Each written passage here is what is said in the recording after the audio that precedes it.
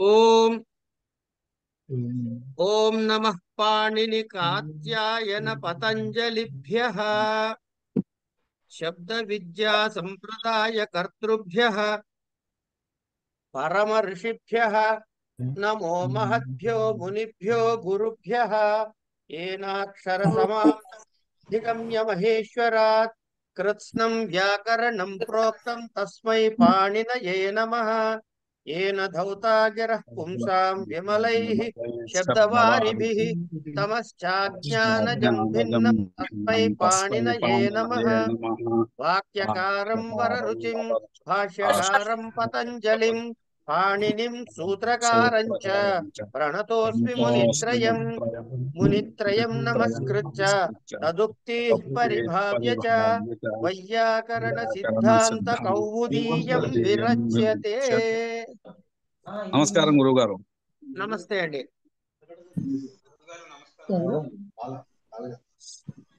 నిన్న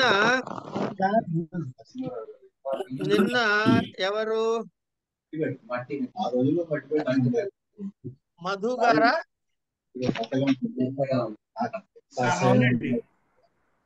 మీరే కదా డౌట్ అడిగింది. అబ్బా అన్నం తినేటప్పుడు వస్తే నేను చాలా ఇదిగా ఉండేది.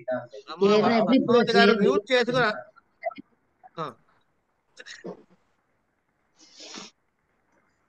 ఏమైనా మీ డౌట్లు? డౌట్ బాగా క్లియర్ అయిందండి. ఇవాళ మళ్ళీ రెండోసారి విన్నాను. ఖచ్చితంగా 45వ నిమిషం దగ్గర మీరు చాలా క్లారిటీగా చెప్పారు. అది బాగా అర్థమైందండి. సో నేను చేసిన తప్పేనంటే అది కొద్దిగా ఎక్కువ ఆలోచించి కన్ఫ్యూజ్ అయ్యాను, అంతేనండి. ఓకే, కనుక మీకు ఏ ఇబ్బంది లేదు? ఏమాత్రం లేదండి. Okay, right. అతను ఇంకో ఆయన వాసు అని ఆయన ఎవరు అడిగారు ప్రశ్న. మీరు కూడా చెప్పినట్టు కరెక్టే మహోదయ, ఇనుమని చెప్పారు కదా.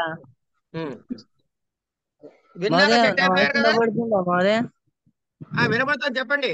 అదే వినుమని చెప్పారు కదా, కరెక్టే. మీరు అన్నది ఒకటే పావు వచ్చింది, 2 పాలు రాలేదు. అమ్మయ్య, సంశయం క్లియర్ అయిపోయింది.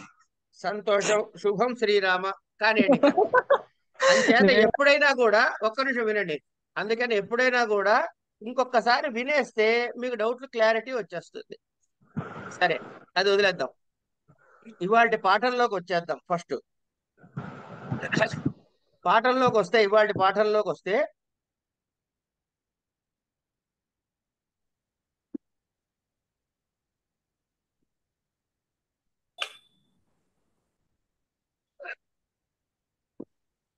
మీరే చెప్పండి.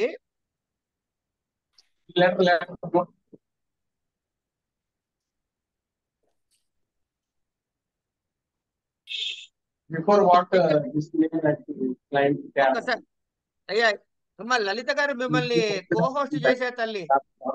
సరే సార్, చూస్తాను సార్. చూడండి సౌండ్లు వస్తున్నాయి వెనకాల తల్లి. చూసుకుంటున్నాను సార్, స్టార్ట్ చేస్తున్నాను ఇప్పుడే. రైట్. అయితే ఇక్కడ ఒక్కసారి చూడండి. స్పష్టము అన్నప్పుడు స్పర్శలు అన్ని హల్లులే కదా. అవును గురుగారు, అన్ని హల్లులే. ఈషస్పృష్టము, అంతస్థలు, ఎరలవ ఇవి కూడా హల్లులే. సంవృతము అది హ్రస్వమైన అకారము, ప్రయోగ కాలమునందు మాత్రమే అవుతుంది, మిగతాప్పుడు వివృతమే అన్నాడు, అది అయిపోయింది. ఇక వివృతం దగ్గరికి వస్తే ఊష్మలు శేషసహ, స్వరములు అచ్చులన్నీ ఇవన్నీ కూడా వివృతము అన్నాడు. అంటే ఆభ్యంతర ప్రయత్నము దగ్గర అచ్చులు హల్లులు కలిసి ఉన్నాయా లేదా?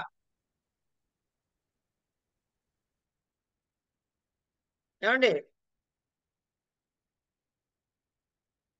ఎవరైనా ఒకళ్ళు ఓపెన్ చేసి చెప్పండి, పర్లేదు. ఎక్కడున్నాయి? ఏ హల్లులు, ఏ అచ్చులన్నీ అన్నీ ఉన్నాయి అనుకోండి. ఏ హల్లులు ఉన్నాయి?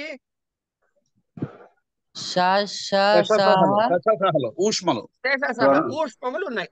ఈ ఊష్మములు ప్లస్ స్వరములు అంటే అచ్చులు కూడా వివృతము కనుక ఆభ్యంతర ప్రయత్నము సమానము. ఇక పైకి వెళ్ళి ఒకసారి చూస్తే ఈ శేషసహ అన్నారు కదా, ఈ శేషాసహ అన్నది మొదటి 4 లైన్లలోనే ఉన్నాయి చూడండి. అకుహ విసర్జనీయానాం కంఠః, ఆ కవర్గము హకారము విసర్గ. అంటే వివృతము అనే సమానమైన ఆభ్యంతర స్థానము కలిగినవి, అదే ఆ ప్రయత్నము కలిగినవి. స్థానము కూడా సమానమైనది ఏమిటి? ఆకి హాకి సమానమైన స్థానం ఉంది, అవునా? కంఠస్థానం స్థానము ప్రయత్నము సమానమే కాదా? ఆకి హాకి. అవును అవును గురుగారు. అట్లా ఇంకా వేటి వేటికి సమానం ఉంది చెప్పండి? ఈకి షాకి సమానం. Very good. రూకి షాకి, ళూకి సాకి ఉంది. ఇప్పుడు మనం చెప్పుకున్న సూత్రం ఏమిటి ఇంతకు ముందు అంటే?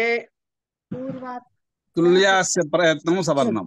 అది తుల్యాస్య ప్రయత్నం సవర్ణం అన్నప్పుడు ఈ ఆకి హాకి సవర్ణ సంజ్ఞ వస్తుందా రాదా? వస్తుంది. అట్లాగా వేటి వేటికి సవర్ణ సంజ్ఞ వస్తుంది? ఈకి సాకి, రూకి షాకి, ళూకి సాకి. అది ఇది దీనివల్ల ఇతర కార్యాలకి అనేకమైన ఇబ్బందులు వచ్చే అవకాశము ఉన్నది అని పాణిని వారు సంకల్పించి కేవలము అచ్చులకి మాత్రమే అచ్చులతో సవర్ణం ఉండాలని, హల్లులకి మాత్రమే సవర్ణం ఉండాలని సంకల్పించారు. కనుక ఏం చేశాడు ఆయన? ఇప్పుడు చెప్పబోయే సూత్రం చెప్పారు. ఏమని చెప్పాలి ఇప్పుడు సూత్రము? సూత్రం ఏమని చెప్పాలి? అచ్చులు హల్లులు సవర్ణములు కావు అని చెప్పాలి, అంతే కదా?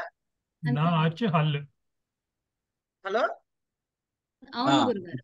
అచ్చులో సవర్ణం కాదు అని చెప్పాలి. నా అచ్చు హల్లు నా ఝలౌ తర్వాత వచ్చిన సూత్రం నా సవర్ణం. అది నాఝలౌ అంటే నా ఆఝలౌ, నా అచ్చు హల్లు కాదు. ఏమిటి కావు? సవర్ణం. ఈ సవర్ణం ఎక్కడి నుంచి వస్తుంది? పైనుంచి తెచ్చుకుంటాం. తుల్యాస ప్రయత్నం సవర్ణం అనేటటువంటి శబ్దం దగ్గర నుంచి మనము ఆ సూత్రాన్ని, శబ్దం కాదు సూత్రం నుంచి ఆ సవర్ణం అనే మాట తెచ్చి ఇక్కడ చదువుకుంటే నాధ్యలో అవి రెండు కూడా సవర్ణములు కావు అని చెప్పేస్తాడు. ఇక్కడ అచ్చు హల్లు సవర్ణములు కావు. ఒకవేళ అయ్యాయి అనుకోండి, దానివల్ల చాలా అపశబ్దాలు వస్తాయి. ఇప్పుడు ఉదాహరణకి సరదాగా ఒక మాట చెప్తా. ఆకి ఏమిటి సవర్ణం అవుతుంది? సరే, ఈ సూత్రాన్ని కాసేపు ఒక్క నిమిషం పక్కకు పెడదాం. అత్ర ప్లస్ అస్తి అని అన్నాను అనుకోండి. అత్ర ప్లస్ అస్తి కలిపేస్తే ఏమవుతుంది? అత్రాస్తి అని దీర్ఘ సంధి వచ్చింది. ఎందుకు వచ్చింది? ఈ అత్రలో చివరిలో ఉన్న అకారము, అస్థిలో ఉన్న అకారము రెండు సవర్ణాలు కాబట్టి. ఏమండి, ఇప్పుడు నేను అహం అంట. అహం అన్నప్పుడు ఈ అకారము హకారము సవర్ణములే కదా ప్రస్తుతానికి. ఈ నాధ్యలోని సూత్రం రాయలేదు అనుకోండి, అప్పుడు ఈ రెండు సవర్ణం అయితే ఏదో చేయాలిగా అక్కడ దీర్ఘసంధి. ఎట్లా చేస్తాడు? చేయడం కుదరదు కదా. అందుకని ఇట్లాంటి ఇబ్బందులు రాకుండా ఇగో నాధ్యలో అనే సూత్రం చెప్పారు. అలాగే అహం అన్నారు. అహం అనే శబ్దం దగ్గర మనం చేయడం కష్టం సంధి. సరే, అహం కాదండి ఇంకోటేవో శబ్దం చెప్తానండి అంటాడు. రకరకాల శబ్దాలు చెప్పుకోవచ్చు, ఒకటేం కర్మ. ఏమిటి? దిశతి అన్నాడు అనుకోండి, దీలో ఈ ఉంది, శతి షాలో షా ఉంది.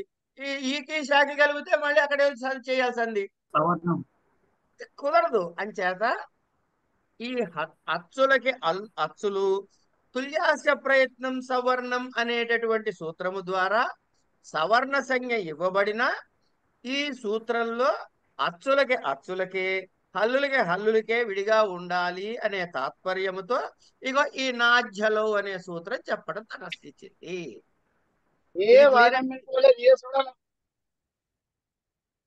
ఏమండి? ఏంటండి?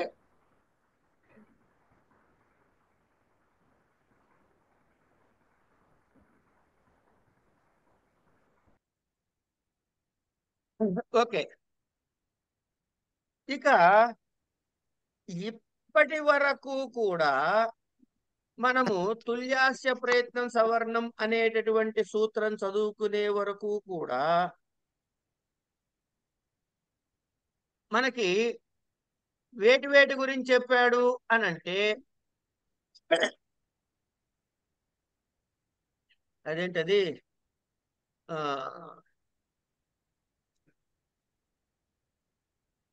నాధ్యలో తర్వాత సూత్రం చెప్పుకోవాలిగా. నాధ్యలౌ అంటే అర్థమైందా అండి? ఆకార సహితో అచ్ అంటే ఆకారముతో కలిసిన అచ్ అంటున్నాడు ఇక్కడ. ఎందుకు ఆకారముతో కలిసిన అచ్ అని అంటున్నాడు అని అంటే, ఇక్కడ చిన్న విషయాన్ని మీకు చెప్పాలి. ఏంటంటే ఇక్కడ ఈ నాధ్యలో అనే సూత్రము 1 1 10 1 1 10 సూత్రం. దీని ముందు సూత్రం 1 1 9 ఏమిటి? తుల్యాస్య ప్రయత్నం సవర్ణం. ఇక్కడ ఏం చెప్పారు? ఈ హాస్య ప్రయత్నాల దగ్గర ఇలా చెప్పలే, ఆ ఈ అని చెప్పలే. ఆ ఈ ఉన్ రోల్ రో కే ఓం అయో ఛాయవరక్ అవే చెప్పారు. కనుక ఇక్కడ కేవలము హ్రస్వ ఆకారాలతో పాటు 18 రకాల రూపాలు వస్తాయని మనకి ఎక్కడైనా చెప్పబడిందా? ఇప్పటి వరకు మనం చెప్పుకున్నానండి పాఠంలో.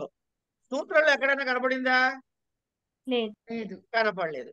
కనుక తర్వాతది అనుది సవర్ణస్య చ ప్రత్యయః అనేటటువంటి సూత్రాన్ని చెబుతున్నారు ఇక్కడ.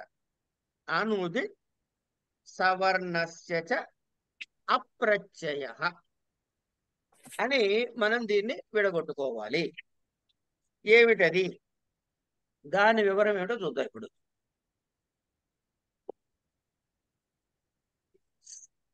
అండ్ ఉదిత్. ఉదిత్ అంటే ఏమిటి? ఉత్ ఇత్తుగా కలిగినది అని అర్థం. ఏమిటది? ఉత్తు ఇత్తుగా కలిగినది. ఇప్పుడు అసలు నిజం చెప్పాలంటే మీకు ఈ ఉత్ ఇత్తుగా కలిగినది అని నేను చెప్పటానికి కూడా అసలు ఉత్ అంటే ఏమిటో తెలియాలిగా. ఒక్క నిమిషం అమ్మా. ఉత్ అంటే ఏమిటో తెలియాలంటే దాని తర్వాత సూత్రం తపరస్తత్కాలస్య తెలియాలి. సరే, వరుసగా చెప్పుకుందాం కానీ ముందు ఈ అర్థం చేసుకుందాం. ఏమిటది? ఉత్ అంటే గనక హ్రస్వ ఉకారము మాత్రమే. ఏమండి? ఉత్ అంటే ఏమిటి? హ్రస్వ ఉకారం మాత్రమే. ఇది ఇత్తుగా కలిగినది. ఇప్పుడు మన ఇంతకు ముందు ఎక్కడో వచ్చే కదా కూచూటు తూకు అని చెప్పుకున్నాం కదా. కు అంటే ఏమిటి? కక కాఖగా అని చెప్పుకున్నాం. చూ అంటే టాటా చుచ్చు చాచాజాజాన్య అని చెప్పుకున్నాం. అట్లా చెప్పుకున్నాం. ఈ కు అంటే ఏమిటి? కకారము ప్లస్ ఉత్ కలిపితే కు అయింది. కకారమునికి ఊ కలిపితే కు అయింది. మరి తా ఏమైందంటే అడగండి, చెప్తా. తా నెక్స్ట్ పాఠంలో చెప్పుకుందాం. ఏమండి? ఈ కూచు టూ తూపు అనేవి ఉత్తుతో ఉన్నటువంటి ఇత్తు సంజ్ఞలు కలిగినవి అంచేత ఉదిత్ అంటాం. కనుక ఉదిత్తులు ఏవయ్యా అంటే ప్రస్తుతం మనం చెప్పుకోవాల్సింది కూచూటు తూపు. ఇవి ఇవి అన్నులు. అన్నులంటే ఏమిటి? నాకు ఇప్పుడు ఒకళ్ళు వాళ్ళు చెప్పాలి. ఎవరో నాకు గుర్తులేదు, ఎవరో గాని. ఒకప్పుడు మనం మాహేశ్వర సూత్రాలు చదువుకుని అవి చెప్పుకుంటున్నప్పుడు ఎవరో అడిగారు, మహోదయ అయువుణ్ణులో నకారం ఉంది, లన్నులో నకారం ఉంది, మరి అన్ననే ప్రత్యాహారం చేసినప్పుడు ఆ నకారం తీసుకున్నారా ఈ నకారం తీసుకోవాలా అంటే మొదటి తీసుకో తల్లి అన్న. చివరికి ఎందుకు తీసుకోకూడదు అన్న. తర్వాత చెబుతాలి అన్న. ఆ అన్నవాళ్ళు ఎవరు? నేను గురుగారు. ఎవరు? స్వాతి. ఇదిగో అమ్మా ఇక్కడ చెబుతున్నాను నీ సంశయాన్ని. అప్పుడు నేనేం చెప్పా, తర్వాత వస్తుందిలేమో, వచ్చినప్పుడు గుర్తు చేస్తానా కదా. అవును గురుగారు. నేను గుర్తు పెట్టుకుని నీకు చెప్తున్నా, విను. ధన్యవాదాలు. ఏం పర్లేదు ఊరికే. ఈ ఒక్క సూత్రములోనే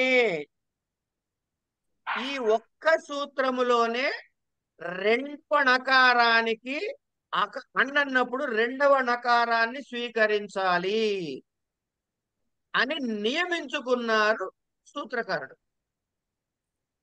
అర్థమైందండి? అర్థమైంది గురుగారు. అంటే ఈ ఇంకెక్కడ సూత్రములో అన్నొచ్చినా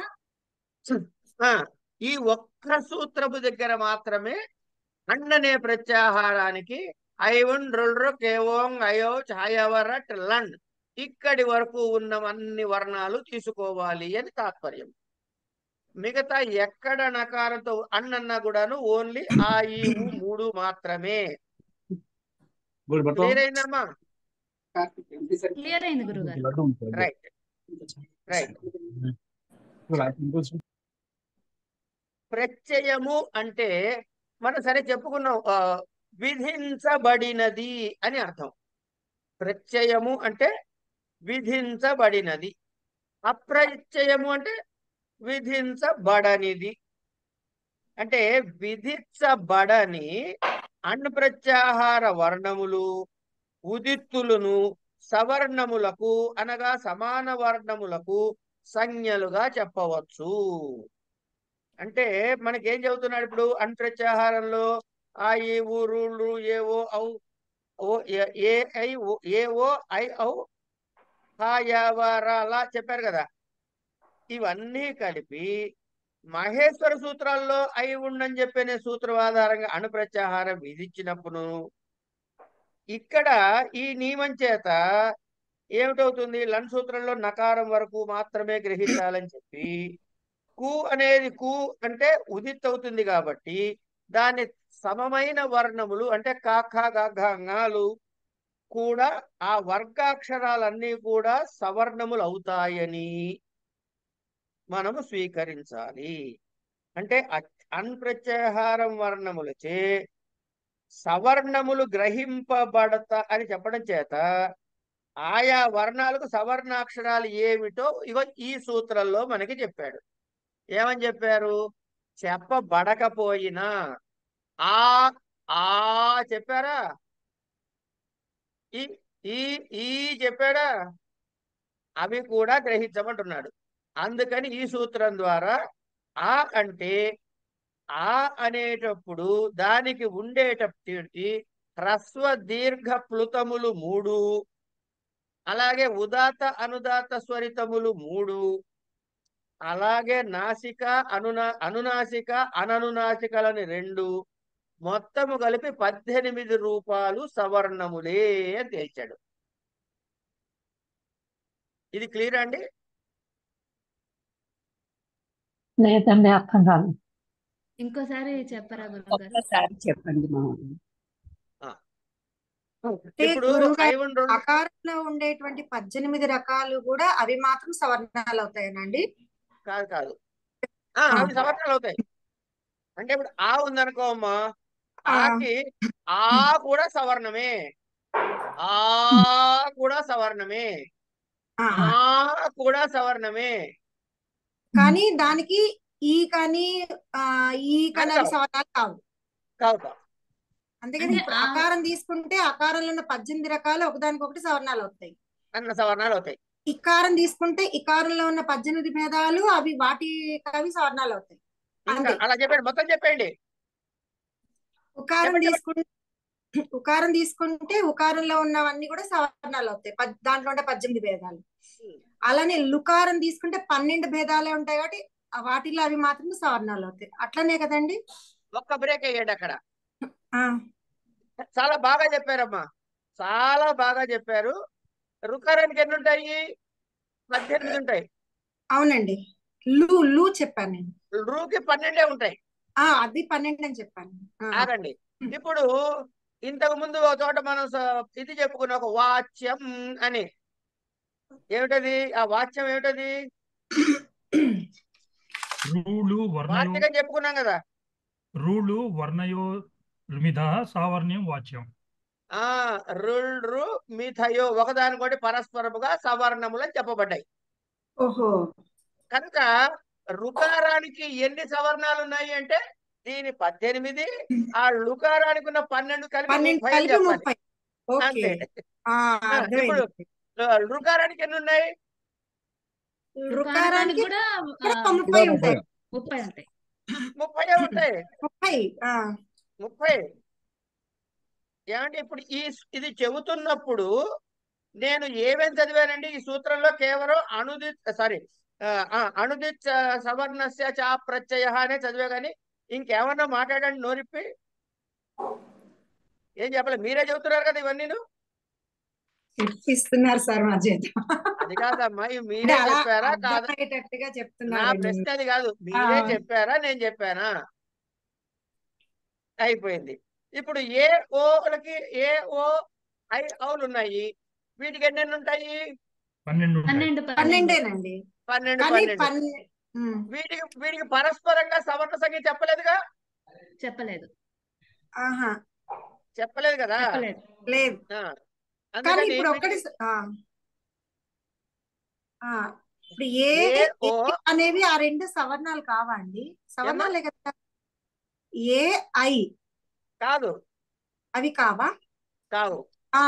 అర్థమైందండి, అర్థమైంది. ఏకి 12. ఏం 12? 6 ఏమన్నా దీర్ఘానివి, 6 ఏమన్నా ప్లూతానివి. ఎందుకంటే అక్కడ అర్థం లేదు కాబట్టి. అవునవును. ఇట్లా ఇవన్నీ ఉన్నాయి అని ఈ అక్షరాలకి వస్తాయి అని చెప్పాడు. అట్లాగే యా వా లా అనే మూడిటికి కూడా అనునాసిక సంజ్ఞ ఉంటుందని చెప్పుకున్నాం కదా. అవునండి. అమ్మా శ్యామల గారు అర్థమవుతుందా?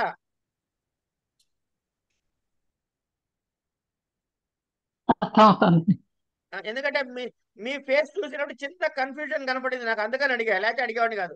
లేదు, కాన్సన్ట్రేట్ చేస్తున్నాను. ఓకే. ఎందుకంటే ఫేసులు కనపడిన వాళ్ళని చూస్తూ ఉంటా, క్లియర్ గా ఫాలో అవుతున్నట్టున్నారా లేకపోతే కన్ఫ్యూజన్ లో ఉన్నారా అని. వీడియో ఆన్ చేయలేకపోతే నేనేం చేయలేను, అది వాళ్ళ చాయిస్ అది. సరే, ఇప్పుడు చూడండి, మనకి ఈ యా వా లా అనే వాటికి కూడా అనునాసిక సంజ్ఞ ఉంది, అననునాసిక సంజ్ఞ కూడా ఉంది. అంచేది ఇప్పుడు యకారమునకు అనునాసిక సంజ్ఞకి అననునాసిక సంజ్ఞకి కూడా సవర్ణంతో ఉంటుందిగా.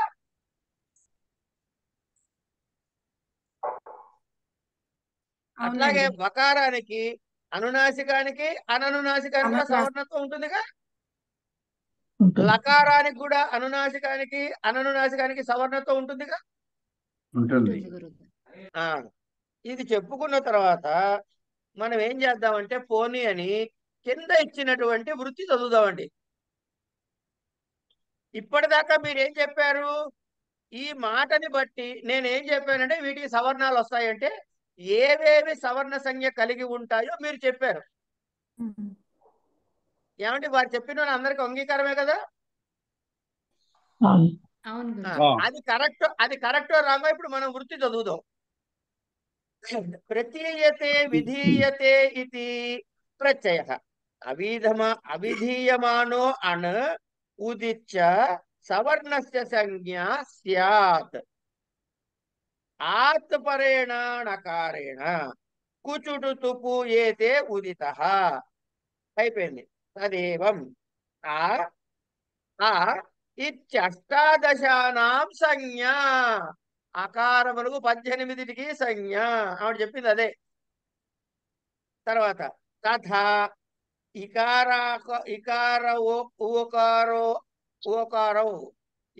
ఉకారాలకు కూడా అదే విధముగా ఆ ఈవు రుకార 30. రుకారానికి 30. ఎందుకు అంటే 12 + 18, 18 + 12. ఏవం లుకారోపి. తర్వాత ఏచో ద్వాదశానాం. ఏచులు ఏఐ ఓ ఔ 12. ఏఓ ఏచ్ అంటే ఏ ఓ ఐ ఔ. ఏఓ ఐ ఔ ఇవి ద్వాదశానం. అంతేగా ఒక్కొక్క దానికి 12 చెప్పుకున్నాం. 24 కాదు. ఏమండి? ద్వాదశానం ఏదైతో రోదౌచోచ నమిథః. ఏదైతులు అంటే ఏ ఐలు ఓవౌలు నమిథ అంటే ఒకటి పరస్పర సవర్ణములు కావు. ఏమండి? సావర్ణ్యం నమిథ సావర్ణ్యం పరస్పరముగా సవర్ణములు కావు.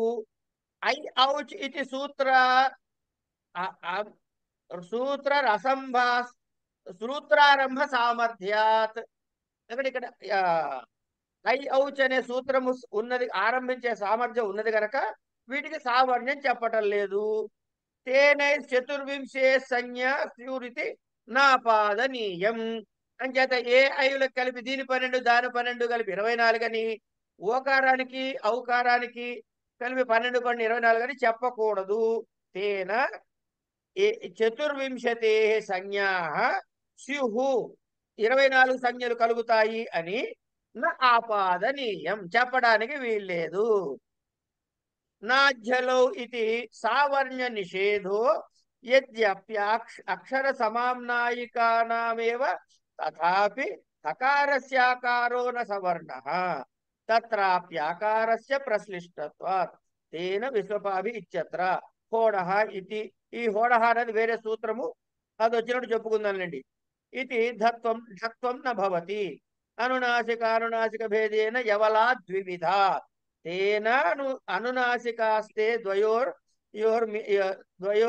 సంజ్ఞా. ఇప్పుడు ఆవిడ తెలుగులో చెప్పిన దానికి సంస్కృతంలో ఈయన రాసుకున్నారండి. ఈవిడ చెబుతుంటే విని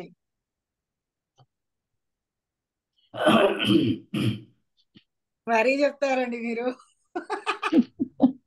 ఏమంటే ఆవిడ చెప్పిన ఒక అక్షరం తేడాతో ఇక్కడ ఏమైనా కనబడిందా మీకు?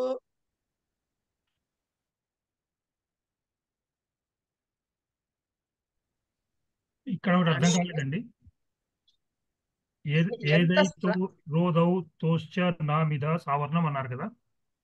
ఏదండి? ఏదైతో రోద తోశ్చ నా మీద సావర్ణం. నా ఏదైతో ఓదుతావు మిథ సామర్థ్యం అంటే అవి సవర్ణాలు కావు. అట్లయితే ఎందుకంటే ఏకార ఐకారములు ఓకార ఔకారములకు పరస్పరము సవర్ణ సంజ్ఞ లేదు అని అర్థం. మరి పైన ఏవో ఐకి సవర్ణాలు అన్నాం కదా 12 రూపాయలకి. ఏదండి? ఏఐ ఏవో ఐ ఔ 12 ఒక్క నిమిషం, రూపాయలు రసం లేదు అక్కడ. ఒక్క నిమిషం. ఏకి ఏమేమి ఉన్నాయి? ఏకి ఏకి 12 ఏకి రూపాయలు. 12 ఉన్నాయి. ఏకి 12 ఉన్నాయండి. ఒక్కోదానికి 12 ఉన్నాయి. ఐకి 12 ఉన్నాయి. 12. ఇప్పుడు ఏ ఐలు సవర్ణములు కావు అన్నాం అనుకోండి, సవర్ణములు కావు అని అంటున్నాడు కనుకనే అవి రెండు సవర్ణములు కావు అని చెప్పాడు. పరస్పరం మీద సావర్ణ్యం నా పరస్పరముగా అవి సవర్ణములు కావు. అందుకనే ఏకి 12 ఐకి 12 ఓకి 12 ఔకి 12 అని చెప్పాడు. అంతేకాని ఈ ఏ ఐలు సవర్ణములు అని 24 అని చెప్పొద్దు అంటున్నాడు. చతుర్వింశతే ఇండివిడ్యువల్ గా ఒక్కొక్కటి 12 12 రెండోది కలిపితే 24 చెప్పకూడదు, సవర్ణాలు కావని. కావు కాబట్టి అంతే కదా. అంతే. ఏ ఓకి సవర్ణం కాదు, ఏ ఐకి సవర్ణం కాదు, ఏ ఔకి సవర్ణం కాదు. అలా కాదు ఏ ఐలు సవర్ణములు కావు, ఓ ఔలు సవర్ణములు కావు. ఓహో, ఓకే ఓకే. ఈ సెంటెన్స్ ఏ ఔజితి సూత్రారంభ సామర్థ్యాత్, దాని మీనింగ్ ఏంటి సార్? ఏ ఔచ్ అనే ఐ ఔచ్ అనేటటువంటి సూత్రం ఉందా లేదా? ఉంది. ఇప్పుడు దీంతో అది సవర్ణం అయిపోతే ఇవి అవసరం లేదుగా ఇంకా. ఓకే. ఇండిపెండెంట్ సూత్రం చెప్పబడింది కదా. ఏవో సవర్ణం అవుతాయి. ఏవి ఒకదానితో ఒకటి సంబంధం లేదండి ఈ నాలుగిటికి. ఈ నాలుగిటికి ఒకదానితో ఒకటి సవర్ణాలు కావు. ఏ ఐ కానీ ఔ కానీ ఏదైనా సరే దేనికదే ఇండిపెండెంట్ గా 12 సూత్రారంభ సామర్థ్యాత్ అంటే ఏంటి సార్? అంటే ఐ ఔచ్ అనే సూత్రము ఒకవేళ ఓ ఔలు ఐ ఔలు సమానంగా గ్రహించామనుకోండి, ఇప్పుడు ఇంకా ఈ ఐ ఔచ్ అనే పదాలు ఇక్కడ చెప్పాల్సిన అవసరం లేదుగా. ఓకే. ఎందుకు లేదు అంటే ఇప్పుడు అకారానికి ఏమేమి స్వీకరించారు చెప్పండి. అకారానికి అకారానికి ఏమేమి స్వీకరించారు? 18 రూపాయలు హ్రస్వం దీర్ఘం. ఉండండి లక్ష్మారెడ్డి గారు, మీరు ఉండండి. సత్యసాయి గారు సత్యసాయి గారు మాత్రమే చెబుతారు. చెప్పండి సార్. ఆకి 18. ఏమిటవి? హ్రస్వము దీర్ఘము ప్లుతము. ఇప్పుడు ఒక్క నిమిషం అక్కడే ఆపుదాం. మిగతా 18కి అర్థమైపోయింది మీకు. ఈ హ్రస్వము దీర్ఘము ప్లుతము అని ఈ 3 హ్రస్వం కనపడుతోంది మనకి సూత్రంలో అని. ఈ అది ఆ అనేవి సూత్రంలో కనపడుతున్నాయా? లేవు. అంటే అక్కడ విధించబడి ఉన్నాయా? లేవు. అంటే అది విధించబడనివే కదా మనం స్వీకరిస్తున్నాం ఇప్పుడు. విధించబడనివే స్వీకరిస్తున్నాం లేదా? అవును. అంటే అప్రత్యయ అన్నది అర్థమైపోయింది కదా ఇప్పుడు. విధించబడనివి స్వీకరించమని చెప్పాడు ఇక్కడ. అప్రత్యయ. ఇప్పుడు మీరు ఏకి ఐ సావర్ణ్యము అని చెప్పినట్టయితే ఏను విధించబడింది, అయ్యి విధించబడింది కదా. వాడికి సావర్ణ్యం చెప్పారనుకోండి, ఇప్పుడు ఇక్కడ అయ్యి అనేది చెప్పడం అవసరం లేదుగా. ఇంకా విధించబడకూడదు కదా. అవును. ఈ సూత్రంలో మనము ఏవి విధించబడలేదో వాటిని తెచ్చుకుని చెప్పుకుంటాం, ఇక్కడ కలుపుకుంటాం అన్ని. Okay okay. కానీ ఇక్కడ చెప్పబడింది. చెప్పాలి సత్యసాయి గారు మీరే. అర్థమైంది. దేర్ ఫోర్ ఈ సామర్థ్యం ఉందా లేదు ఇక్కడ. ఐచ్ అనేటువంటి ఐచ్ కదా, ఐచ్ అనేటటువంటి ఒక చెప్పుకునే సామర్థ్యం ఉంది కదా ఆల్రెడీ. కనుక అక్కడ ప్రత్యయం కదా, అది చెప్పబడిందే కదా. అవును సార్. ఇక్కడ చెప్పబడనివి కదా స్వీకరిస్తున్నాం. అవును. కనుక చెప్పబడింది కాబట్టి అక్కడికి వెళ్ళడానికి లేదు అనుకోండి. Okay okay okay. ఏమండి, అన్నీ నేను సరిగ్గా చెబుతున్నానన్న గ్యారంటీ నాకేం లేదు. మనం కలిసి చదువుకుంటాం. తర్వాత ఇంకోటి ఏంటంటే అతి లోతుగా మనం పరిశీలించటం లేదు. కారణం ఏంటంటే ఈ స్టేజ్లో మరీ లోతుగా పోయి మీకు దీనిలో ఉండేటటువంటి పూర్వపక్షాలు సిద్ధాంతాలు అవన్నీ చెప్తే మెయిన్ కాన్సెప్ట్ క్లారిటీ లేకుండా పోతుంది.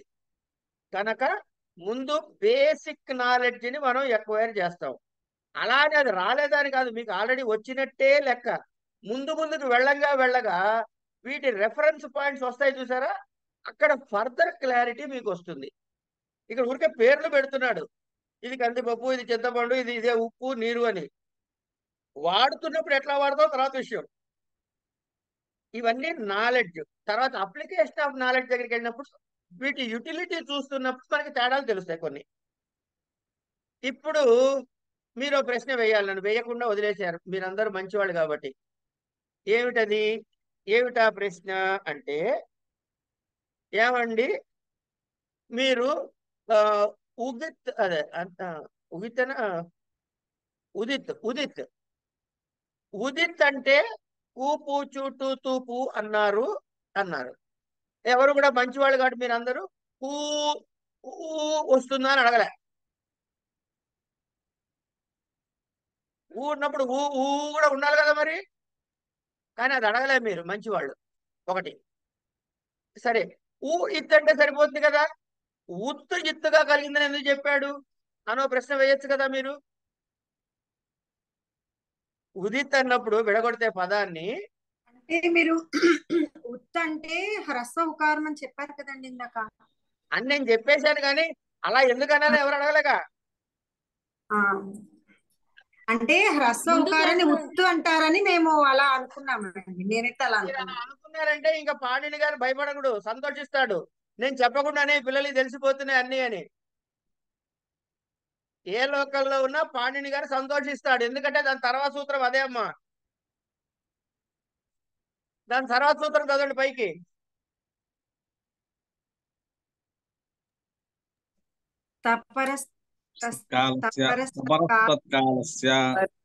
తపరస్తత్కాలస్య తపరః అంటే తకారము పరముగా ఉన్నది.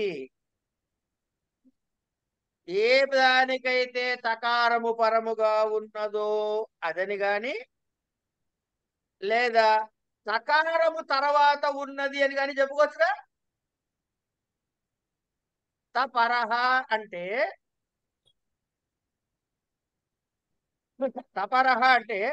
తకారము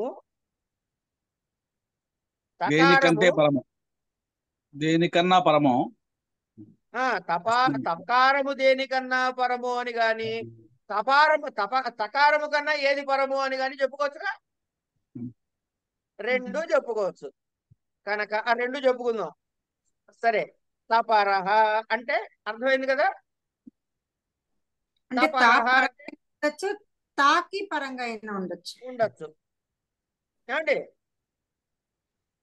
అయిన తర్వాత తపరః తెలిసిపోయింది.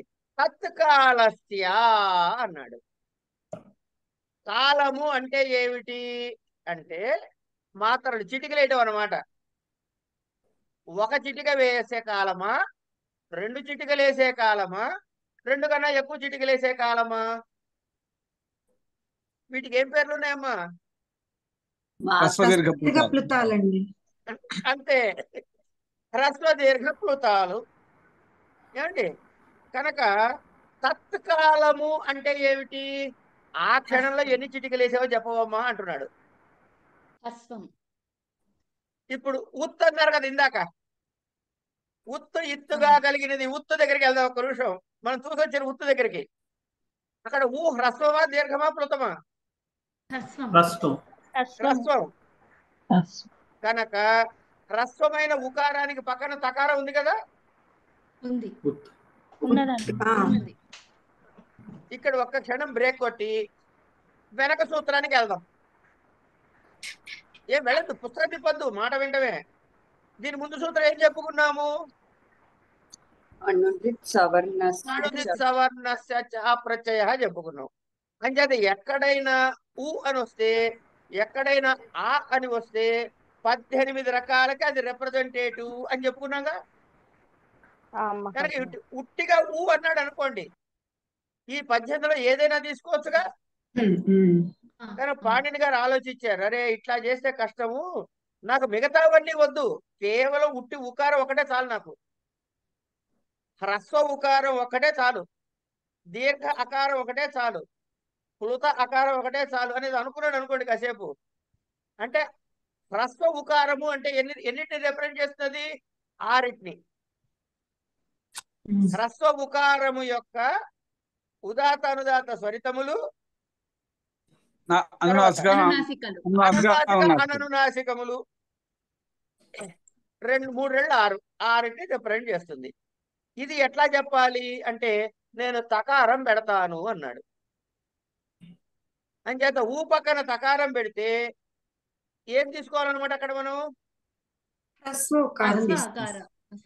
ఆ అని దీర్ఘం రాసి పక్కన తకారం పెడితే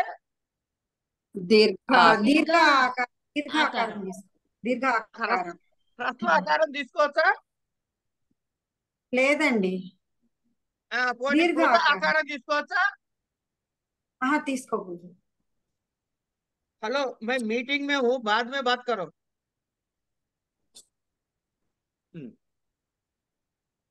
తీసుకోకూడదు కదా. కనుక జాగ్రత్తగా గమనించండి. ముందు ఒక అకారం చెప్పాడు, చెప్పి సరే నాయన 18కి రిప్రజెంటేషన్ రాని ఒక సూత్రం చెప్పాడు. ఎక్కడైనా అది వాడితే నాకు అన్ని అక్కర్లేదు, ఒక్కటే చాలు అని అనుకున్నప్పుడు ఎట్లా నిర్ణయించుకోవాలి అనే దగ్గర ఏమన్నా.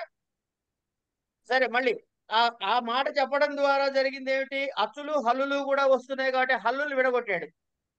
నాధ్యలం అని కూర్చో, నాధ్యలం అని హల్లులు విడగొట్టాడు. హల్లులు విడగొట్టిన తర్వాత ఏం చేశాడు? ఇప్పుడు మొత్తం 18 రావాలి కాబట్టి అనుదిత్ సవర్ణస్యాప్రత్యయ అని చెప్పాడు. 18ని ఇంపోర్ట్ చేసుకున్నాడు. ఈ 18 నాకు అవసరం రాకపోవచ్చయ్యా, ఒక్కొక్కప్పుడు కేవలం ఒకటే సరిపోతాయా అనుకుంటే తపరస్తత్కాలసే చెప్పేశాడు. చూడండి నేను ఎంత స్ట్రక్చరల్ గా వెళ్తున్నాదో ఆ సూత్ర నిర్మాణము. ఈ రోజు కూడా అనేకమైనటువంటి భాషలకి, ప్రపంచ భాషలకి ఈ వ్యాకరణ నిర్మాణ శైలే ఆధారముగా వాళ్ళు తయారు చేసుకుంటారు. రీసెర్చ్లు జరుగుతున్నాయి. సరే, అంచేత ఉత్ అంటే ఏం చెప్పుకోవాలమ్మా? హ్రస్వకారం అండి. అదే దీర్ఘ అకారం కావాలనుకోండి, దీర్ఘ అకారం కావు, కేవలం దీర్ఘ అకారం కావాలంటే ఏం చెప్పాలి? దీర్ఘాకారం ఆత్. హ్రస్వాకారం కావాలంటే అంతే కదా. సరే, ఇప్పుడు ఐచ్ అంటే ఏమిటి? ఐచ్ అంటే ఐ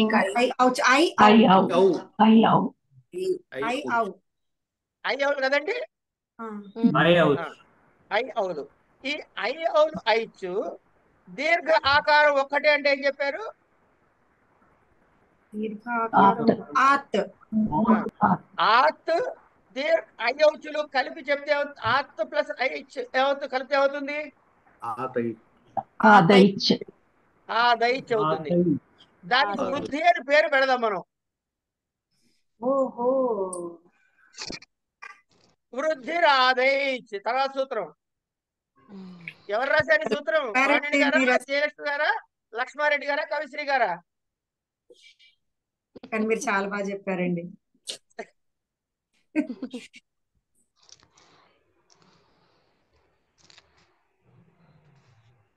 అద్భుతంగా చెప్పారండి. అద్భుతంగా చెప్పారండి. అక్కడ ఉన్నది చెప్పాను, నేను కొత్తగా ఏం చెప్పలే. గుర్తుండేలాగా చెప్తారు. అది ఆత్ ప్లస్ ఐచ్ కలిపితే ఆదైచ్ అయింది. దానికి నేను పెట్టుకున్న పేరు వృద్ధి. ఏమండి, ఇక్కడ చిన్న విషయం చెప్పాలి మీకు. ఎవరైనా ఇగో ఈ ఫలానా ఎర్ర జుట్టు, తెల్ల జుట్టు, పెద్ద బొట్టు ఉన్నవాడి పేరు అనంతకృష్ణ అంటారా? అనంతకృష్ణ పెద్ద బొట్టు, చిన్న బొట్టు ఉన్నవాడు అని అంటారా? ముందు అది ఏమిటో చెప్పి నిర్ణయం చెప్పిన తర్వాత దాని పేరు చెప్పాలి కదండి. మరి వృద్ధి అని ముందు పేరు చెప్పి ఆదైచం తర్వాత చెప్పడం ఏంటి? పాణిని గారికి మాత్రం తెలీదా? అంటే పాణిని సూత్రాల్లో ఇది మొదటి సూత్రం. మా నెంబర్ చూడండి, 1 1 1 ఉంటుంది. అవును మహోదయ. తులసి గారు చెప్పారు. తులసి గారి కొంతైనా మాట్లాడింది ఇప్పుడు. అవునవును మహోదయ. రైట్, కరెక్ట్ గానే చెప్తున్నానమ్మా. తప్పులు చెబితే దిద్దు, ఏం మొహమాట పడద్దు. మీరు అరటి పండు ఒలిచి పెడుతున్నారు మహోదయ. ఈ రోజు కూడా మా పిల్లలు చెప్పారు, అనంతకృష్ణ తాతయ్య తర్వాత నేను అమ్మ ఎవరు చెప్పినా అంటున్నారు. ఓరి నాయనో. తర్వాత మాట్లాడండి నాతో. ఓకే మహోదయ. నువ్వు కదమ్మా ఫోను. సరే, కనుక ఈయన ఎందుకు చెప్పాడయ్యా ఇట్లా అంటే, ఏదైనా శాస్త్రము ప్రారంభం చేసేటప్పుడు మంగళవాచకముతో ప్రారంభం చెయ్యాలి. అందుకే బ్రహ్మసూత్రాలు అనుకోండి, అధాతో బ్రహ్మ జిజ్ఞాస అంటాడు. ఇంకో సూత్రం అంటే అధాతో ధర్మ జిజ్ఞాస అంటాడు. ఏమండి, అంచేత మంచి ఒక శుభమైన శబ్దముతో ప్రారంభం చేయాలి. వృద్ధి అంటే పెరుగుట, అందుకని వృద్ధి ముందు పెట్టాడు, ఆదేశ్ తర్వాత పెట్టాడు అన్నట్టు. ఇందాక ఎవరో చెప్పారు హ్రస్వ ఆకారం కావాలంటే ఏం కావాలన్నారండి? అత్. తర్వాత కేవలము ఏ ఓలు మాత్రమే కావాలంటే ఏ ప్రత్యాహారం చెప్పాలి?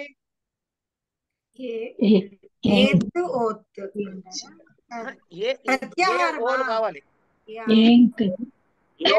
ఎవరన్నారు?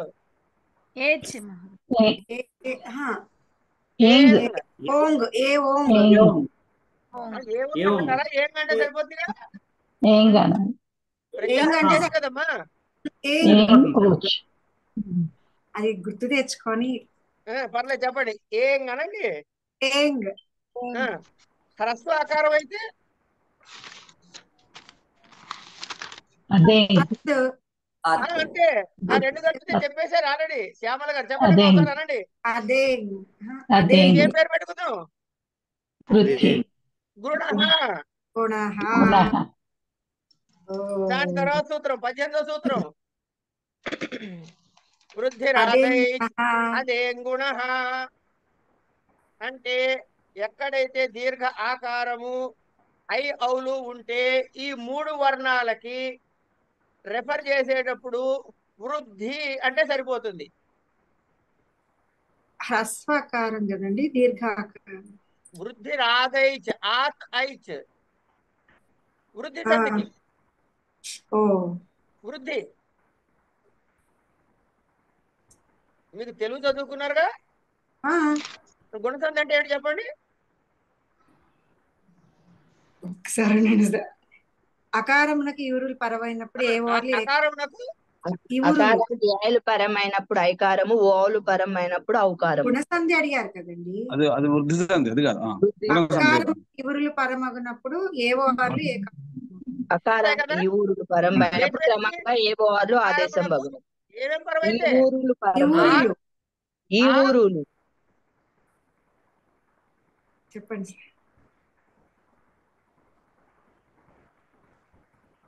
సరే చెప్తా, కన్ఫ్యూజ్ కాకండి. వృద్ధి అన్నప్పుడు ఏ ఐలకి ఆకారానికి ఏవో పరం అయితే మీకు అయ్యవులు వస్తాయని చెప్పారు ఇప్పుడు. ఏలు పరం అయితే కనుక ఐచ్ అంటే ఐకారము ఔకారము ప్లస్ ఆకారము, ఈ 3 వీటికి వృద్ధి అన్నారు. వీటితో వచ్చే సంధి పేరు వృద్ధి సంధి. తర్వాత అదేంగ్ గుణ అకారము ఏకారము ఓకారము ఈ 3టికి కలిపి గుణము అనే పేరు పెట్టాడు. ఇవన్నీ పేర్లు పెట్టే కార్యక్రమం అండి. ఇప్పుడు తర్వాత సందుల దగ్గర వాటి దగ్గర ఎక్కడెక్కడ వస్తాయి తర్వాత చూద్దాం. ఏమండి, ఇక్కడికి ఈ సూత్రాలు అయిపోయినాయి. ఇది అయిన తర్వాత ఇవన్నీ బాగానే ఉన్నాయి, కానీ మనం మాట్లాడేప్పుడు క్రియాపదాలు వాడతాం కదండి. క్రియాపదాలకు కొన్ని మనకి మామూలు శబ్దానికి ప్రాతిపదికలు ఎట్లా చెప్పామో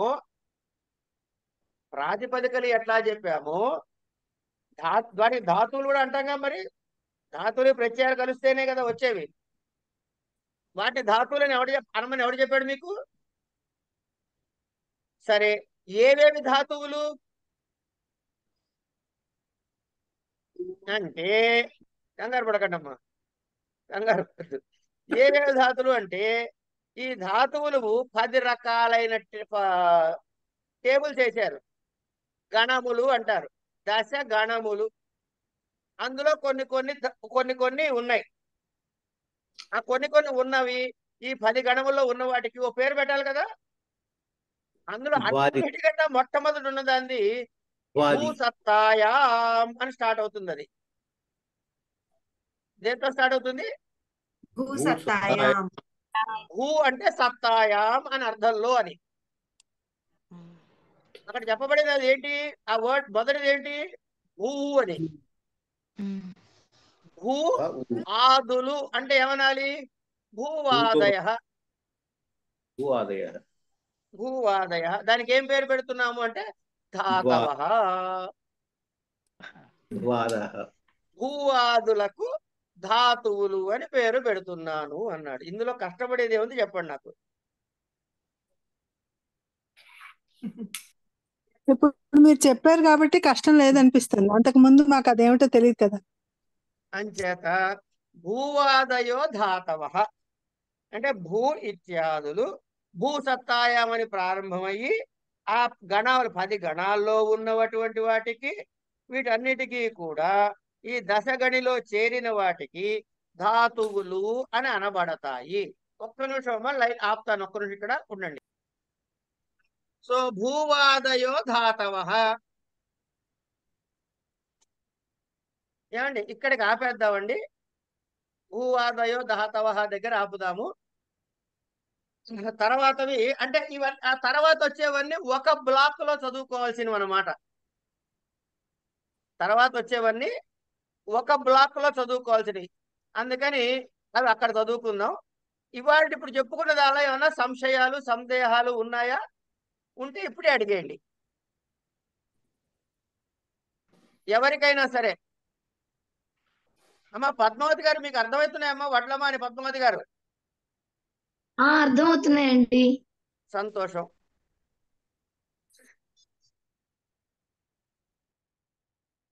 లాహరి గారు మీకేమైనా అర్థమవుతున్నాయా, అనుమానంగా ఉన్నాయా?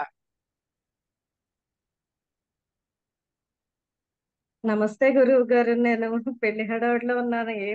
ఏదో ఫాలో అవ్వాలని అవుతున్నాను కానీ ఏమీ అర్థం కావట్లేదండి. నేను మళ్ళీ వింటా అండి. Very good. ఏంటి, అంత ఫ్రాంక్ గా ఇప్పుడు చెబితే నాకు పరమానందం. ఇప్పుడు శ్రీనివాసాచారి గారు, ఒక డౌట్ సార్, మరి ఎందుకు అడగచ్చా అండి? అడగలేదు? అడిగినప్పుడు డౌట్ అడగమని. అదే ఇప్పుడు శబ్దాలు, ఇప్పుడు అకారానికి వచ్చే శబ్దాలు అవే కదా మీరు చెప్తున్నారు? అవును. అంతేనండి. ఓకే. రైట్. ఇప్పుడు అచ్చులకు వచ్చే శబ్దాలు అదే అవన్నీ నాకు తర్వాత చెప్పు. ఐడియా. శబ్దాలు తర్వాత చెప్పుకుందాం. ఇప్పుడు కాదు, శబ్దాలు ఇప్పుడు చెప్పుకోవట్లే మనం. ఓకే అండి. ఓకే, సరే అండి, ఉంటా అండి. ఇప్పుడు అన్నిటికీ పేర్లు పెడుతున్నాం. సరే సార్. అంటే ఇప్పుడు సత్యనారాయణ స్వామి వ్రతం చేస్తుంటే గణపతి మావాహయామి, క్షేత్రపాలక మావాహయామి అన్నట్లు వాళ్ళని పేర్లు పెట్టి పిలిచి కూర్చోబెడుతున్నాం అంతే. తర్వాత ఏం చేయాలి? పూజలు తర్వాత చేద్దాం. ఓకే, ఇక్కడికి ఆపుదామండి. లక్ష్మారెడ్డి గారు ఏమైనా డౌట్లు ఉన్నాయా? సార్ ఒక చిన్న ఓకే, చెప్పండి సత్యసాయి గారు. the words beginning with bhu to become and denoting action are called dhatu అని ఇంగ్లీష్ లో రాశారు. అంటే భూతో స్టార్ట్ అవుతాయి అని ధాతువులు అంటారు అని మీరు చెప్తున్నారు. అవును. భూతో స్టార్ట్ అంటే మొత్తం ధాతువులు చాలా ఉంటాయి, అన్ని భూతో స్టార్ట్ అవుతాయి. అవన్నీ ఎట్లాగా? కాదండి బాబు, ఇప్పుడు ఏవో అమ్మ బాబు యారా ఉన్నాయి కదా. ఏమంటే తెలుగు వర్ణాలు ఏమిటండి అంటే ఆతో మొదలయ్యేవన్నీ క్ష వరకు అంటాం అనవా? వింటాం. ఆతో మొదలైన ప్రతి దానికి ముందు ఆ అని చెప్పట్లేగా. ఫస్ట్ దాన్నే డినోట్ చేస్తామండి. Okay okay. అంటే మామూలు మన వస్తాయండి, అవి వచ్చినప్పుడు మనం చూద్దాం, కంగారు పడద్దు. మీరు మనసులో ఊహించుకోవాలంటే 2000 ధాతువులు ఉన్నాయి అనుకోండి సార్ కాసేపు. ఓకే. ఈ 2000 ధాతువుల్ని 1500 ఒక డబ్బాలో పోయింది. దాని పేరు భూతో స్టార్ట్ అయ్యి ఏదో ఎక్కడ దాకానో వెళ్తుంది. దాన్ని ఏమంటారు? భూవాదయ అంటారు. లేదా భూ ప్లస్ ఆది గణము, ఆది గణము అవుతుంది. తర్వాత చురాది గణము అంటాడు. అంటే చుర్ అనే ధాతువుతో ప్రారంభమయ్యే చెక్ లిస్ట్ అంతా కలిపి చురాది గణము. Okay okay.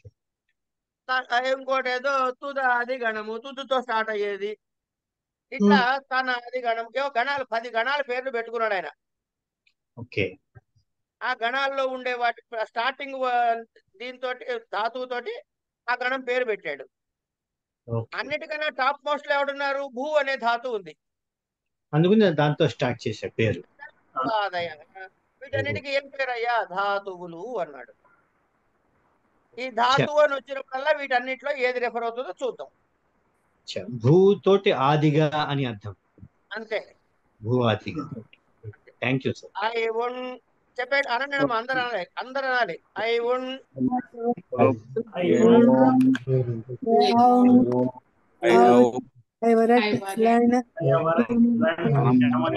ఒక్క నిమిషం దయచేసి ఆగండి, దయచేసి ఆగండి. అయ్యా లక్ష్మారెడ్డి గారు చెప్పండి. మీరు లీడ్ చేయండి. మీరు అన్న తర్వాత మిగతా వాళ్ళందరూ అదే అంటారు, మీరు అన్నదే అంటారు అందరూ. ఐ ఉన్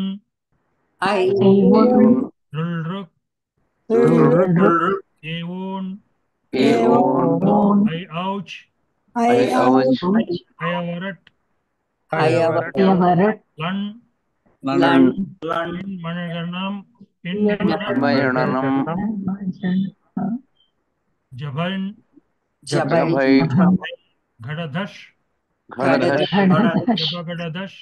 जबगड़दश कफ छठा चटतौ कपई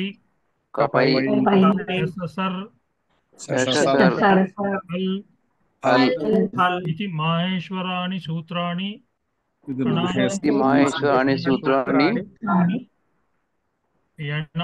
अनादि संज्ञार्थानि అనాది సన్యాసాని మంత్యాః ఇతః ఏషమంత్యాః ఇతః సూత్రే అకారశ్చ అణుసూత్రే అకారస్య అకారాదిషు వకార ఉచ్చారణార్థం ఉచ్చారణార్థం కాదు, ఉచ్చారణార్థః. ఉచ్చారణార్థః. సార్ లాస్ట్ లో చిన్న సందేహం. తర్వాత అడగండి, ఇది అయిపోయిన తర్వాత. Okay okay, sorry. నన్నే చెప్పమంటారా? చదవండి మీరే. ఓకే. హలంత్యం ఆదిరంత్యేన సహేత ఉపదేశే జనునాశిక ఇత్ ఊకాలోజ్జస్వ దీర్ఘప్లుతః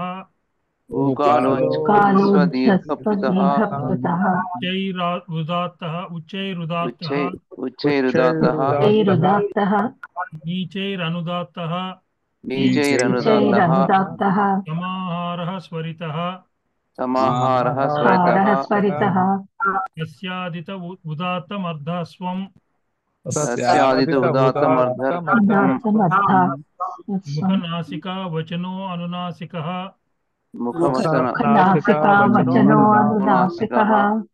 తుల్యాస్య ప్రయత్నం సవర్ణం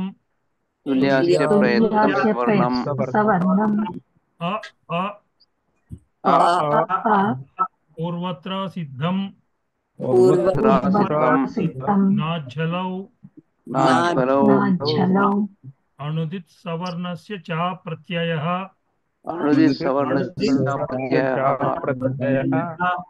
తపరస్తత్కాలస్య వృద్ధిరాదైచ్ అదేన్ గుణః భూవాదయో ధాతవః ప్రాగ్రీశ్వరాన్ నిపాతాః చాదయో అసత్వే ప్రాదయః ఉపసర్గాః క్రియాయోగే గతిశ్చ న వేతి విభాషా త్వం రూపం శబ్దస్య శబ్దసంజ్ఞా ఏన విధిస్తదస్తన్యా ఏన విధిస్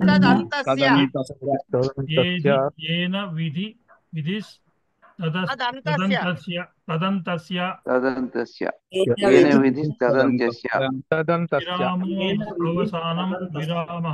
విరామో అవసానం పరః సంనికర్షః సంహిత సుప్తిజంతం పదం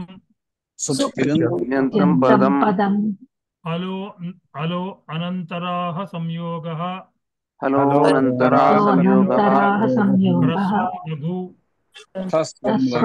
లఘు సంయోగే గురు దీర్ఘం చ